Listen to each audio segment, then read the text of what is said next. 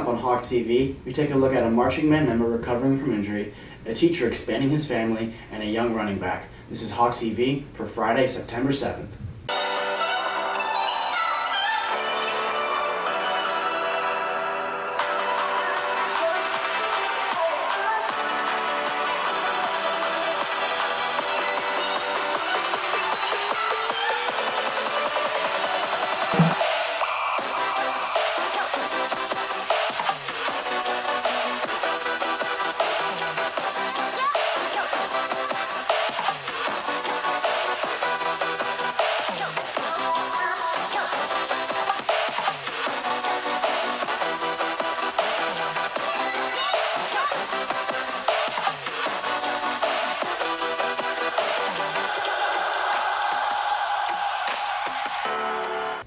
Good morning, Hebron High School. I'm Cole Phillips. Freshman saxophone player Giancarlo injured his back last year. Aiden Herring takes a look at how Lay has been able to participate in marching band regardless. Freshman Giancarlo suffered a bad back injury over the course of last year. He talked about what helped him push through recovery and what helped him get to where he is today.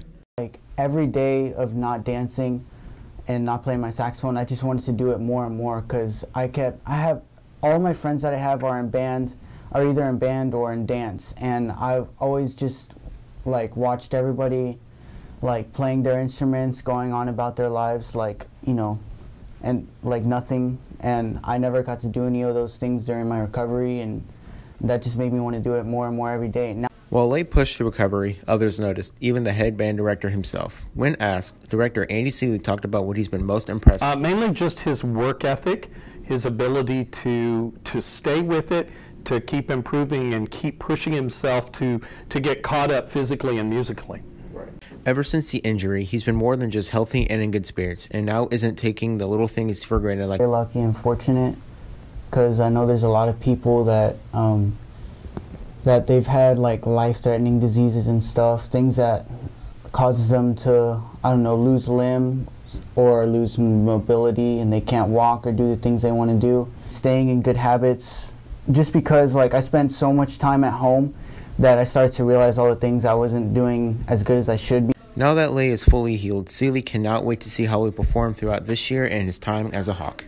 I think his upside is pretty amazing. His potential is pretty amazing as a player. He seems to have a strong mental outlook about what he's doing and seems to be a very positive attitude as well. Lay expressed some words of advice for people that may be going through the struggle he went through. Don't lose hope. There's always a light at the end of the tunnel. Reporting for Hawk TV, I'm Aiden Herring. Thanks, Aiden. The band is currently preparing for marching season and will be performing during halftime at all the football games this season. We'll be right back. Coach Hill. Mrs. Reardon. Mrs. Bowen. All right, so why don't you guys read the first question? The county cleared this path and paved it with packed gravel so they would have a peaceful place to hike and bike. Which of the following alternatives to the underlined portion would not be acceptable?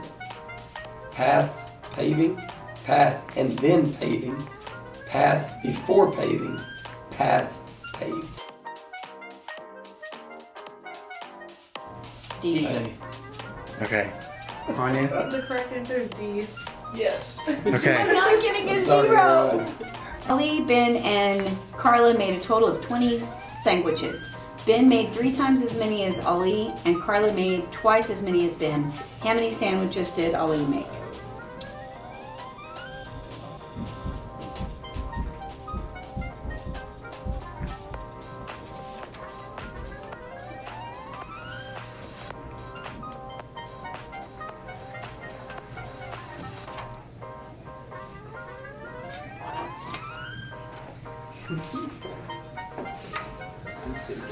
Yeah, I'm gonna say 4. And I did 5. You did 5. 2. I'm gonna go with 2.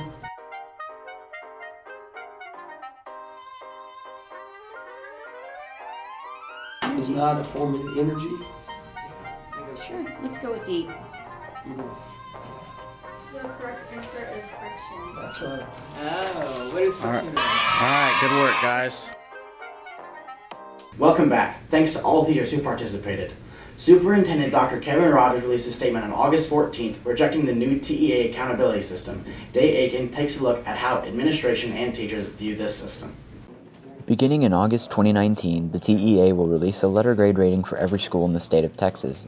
On August 14th of this year, LISD Superintendent Dr. Kevin Rogers rejected the letter grade ratings and encouraged the district to review them for what he thinks they are, a misguided attempt to grade our schools based solely on standardized testing.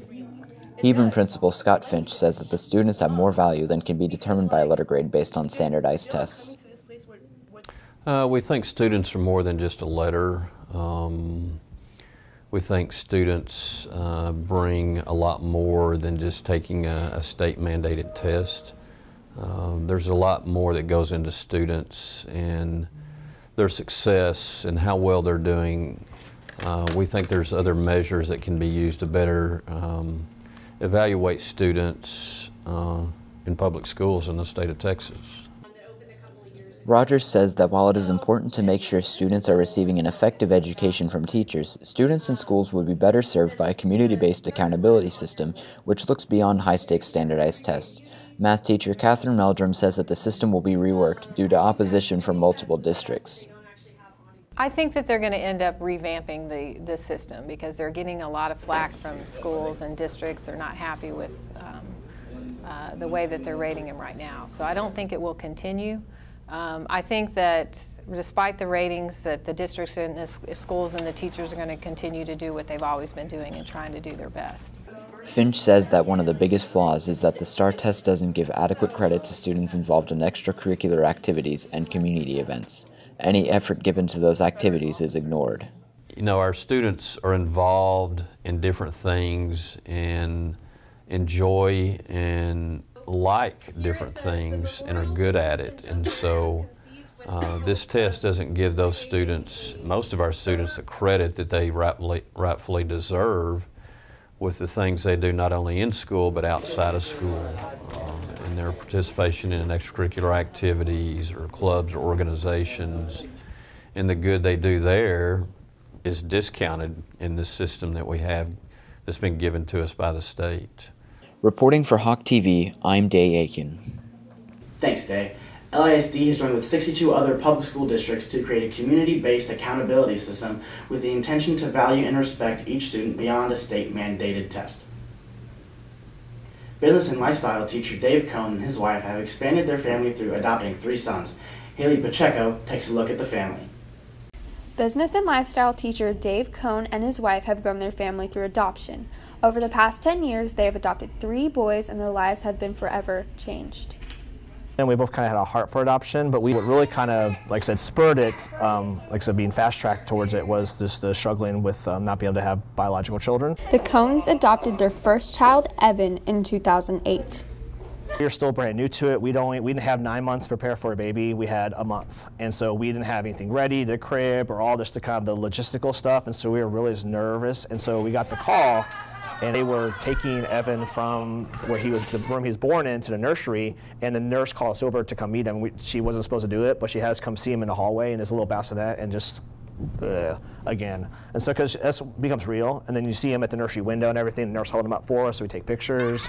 And so it just was, I mean, it's a wave of emotions that you don't know what it's like anything else until you get to experience it, you have no idea how you're gonna react, and they've definitely radically changed our lives, but then it's been a huge blessing to our lives too. Following Evan, the Cohns adopted 2 more boys over the next 7 years. Evan is our oldest. He is 9. He is spontaneous. He's really creative. He's very energetic. He likes to have the center of attention. He's very talkative. Josiah is a lot more chill. He's our middle one. He's 7, a lot more laid back, but he just naturally, people gravitate towards him. And then Isaac's our middle one. He's a toddler, and he's going through terrible twos, so that's a lot of fun. But he's super sweet as well. He's really smart. Cohn's wife, Stephanie, knows that life wouldn't be the same without her boys. Had a heart for kids, and we really wanted to have kids, and I don't think I can even imagine our family without our boys. Every time things didn't go as we wanted it, as we'd seen it, it's been so much better. Reporting for Hawk TV, I'm Haley Pacheco. Thanks, Haley. Thanks to Mr. Cohn for sharing his story. With the new school year in full swing, I walked the halls and asked riddles to all those around me. I'm here with Peyton Lowry to answer a couple brain teasers. Here we go. First one. ready? Yeah. What can you catch but not throw? A baseball. You can't throw a baseball? Okay.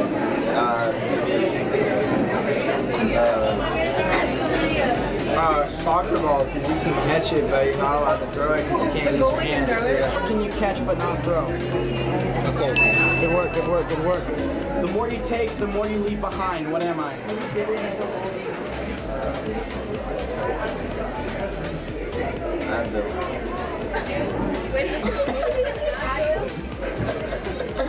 What's that? My brain's not working. Wait, I know. Air. What am I? Footsteps? Oh my gosh. Air. No, it's air. You just breathe it. You breathe it. Footsteps. What comes once in a minute, twice in a moment, but never in 1,000 years? M. Good work, good work. That's why it worked. You better. Good work, good work. Thank you to all the students who participated. The defending state champion Hawks volleyball team has lost a significant number of starters from last year's team to graduation. Kamira Bell takes a look into how the team is preparing for new challenges this season. After last season's state championship run and losing 13 players to graduation, the volleyball team looks to make improvements with the young starters. So this year, after graduating 13 last year in our season, obviously we're young. Even though I have some juniors and seniors on varsity, most of my team has never been at the varsity level. So there is definite learning curve going on right now. We have to figure out how to play at a high level, consistently play at a high level, and that's a struggle for us, even getting our serves in. So that's something we'll be working on for the next couple weeks for district starts. Freshman Harmony Sample has earned a starting spot. Despite being the youngest on the team, she feels like she belongs. It's such an honor to be a part of a program that's state winning because the coaches are always there to help you, and the players are so comforting. I think right now we're struggling with on the court listening to each other and communicating with each other. But I think if we communicate and listen and work as a team, we'll be much more successful. Senior Emma Clothier has optimism about the season and says the team will overcome the early adversity. We have 2 new freshmen this year, and I think that they could really help us in a positive way. They have great skills and they're great hard workers. I think that we have a lot of potential to do great things, especially in district. But we're working through some struggles right now, and we're still, kind of finding our place and our niche on the court. But I think since we're really hardworking and our girls all have great team chemistry, that we could potentially be successful. Reporting for Hawk TV, I'm Kamira Bell. Thanks, Kamira. Volleyball has a game planned at Irving MacArthur at 6:30 p.m. The varsity football team won their season opener at Plano 28-27. Sophia Mahmood takes a look at the youngest member of the team. Most football players don't get the opportunity to play on varsity as freshmen, but that's not the case for 14-year-old Isaiah Broadway, who wins his first high school game as the second-string running back on varsity. It's a great honor. It just tells me that my hard work and effort throughout these years has really paid off, and that I can do great things. It's definitely going to make me more of a hard worker and more mature and disciplined and ready for the future. Head coach Brian Brazel made the decision of placing Broadway on varsity due to the potential they saw during summer football camps. We went ahead and had him go through freshman football camp, go through freshman practices whenever they're having their weeks of practice. And so as a result of that, we saw enough there. We saw, this guy, we're going to give him a chance, see what he can do with us. And so there was a need. There was a need there as much as anything. We felt like he had the talent to be able to come in and help. Running back coach Bobby Vaughn is looking forward to having 2 running backs this year. I think he's going to be huge. We have the starting running back, Jalen Lott, who's really good, but to be able to have 2 guys to be able to carry the load, it's going to be awesome. Broadway said he is pleased with how his transition from middle school to varsity football is going so far. I think I'm fitted really good into the team. Everybody's taking me in, especially the wide receiver Tubbs. He's really been like a brother to me. Reporting for Hawk TV, this is Sophia Mahmood. Thanks, Sophia. The Hawks play at home tonight against Arlington Martin at 7 p.m. In other sports news, cross country has a meet tomorrow at 5 p.m. at McKinnish Park, and tennis plays Marcus at 3:30 on Monday. That's it for today's broadcast. I'm Cole Phillips. Have any story suggestions? Email us down below and follow us on Snapchat and Twitter.